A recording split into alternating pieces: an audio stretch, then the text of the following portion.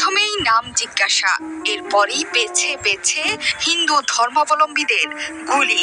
কাশ্মীরের পেহেলগাঁওয়ে দুর্ধর্ষ হামলা কাঁপিয়ে দিয়েছে গোটা বিশ্বকে। ঘটনায় বাকরুদ্ধ সবাই।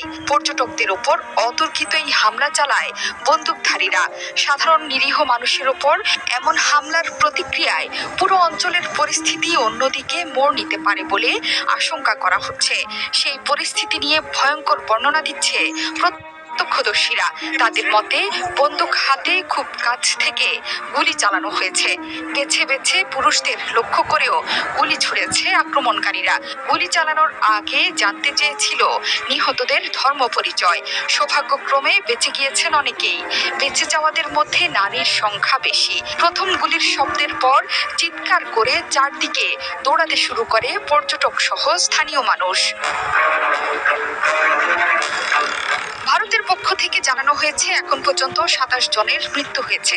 মঙ্গলবার বিকেলে ভূস্বর্গ কাশ্মীরের হিমালয়ের কোলে অবস্থিত মনোরম শহর পেহেলগাঁওয়ে এই হৃদয় বিদারক ঘটনা ঘটে। এই স্থানটিকে ভারতের সুইজারল্যান্ড বলা হয়ে থাকে। ২০১৯ সালে পুলওয়ামা হামলার পর কাশ্মীরের সবচেয়ে প্রাণঘাতী হামলা এটি।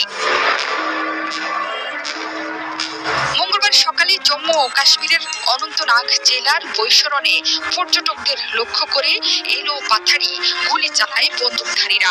পুলিশ বলছে, এই ঘটনায় এখন পর্যন্ত ২৭ জন মৃত কর্তৃপক্ষ।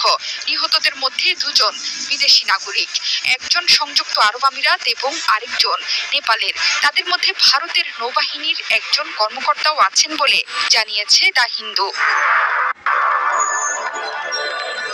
পেহেলগাঁওয়ে পর্যটকদের উপর হামলার পর উপত্যকা থেকে দিল্লি পর্যন্ত নিরাপত্তা ব্যবস্থা জোরদার করেছে প্রশাসন। সতর্কতামূলক ব্যবস্থা হিসেবে এই পদক্ষেপ নেওয়া হয়েছে বলে জানিয়েছে কর্মকর্তারা। বিশেষ করে সংস্থা রয়টার্স বলছে, এই হামলার দায় স্বীকার করেছে কাশ্মীর রেজিস্ট্যান্স নামের একটি সশস্ত্র গোষ্ঠী। সামাজিক যোগাযোগ মাধ্যমে দায় স্বীকার করেছে তারা। হামলায় জড়িতদের দ্রুতই বিচারের আওতায় আনার ঘোষণা দিয়েছেন ভারতের প্রধানমন্ত্রী নরেন্দ্র মোদী।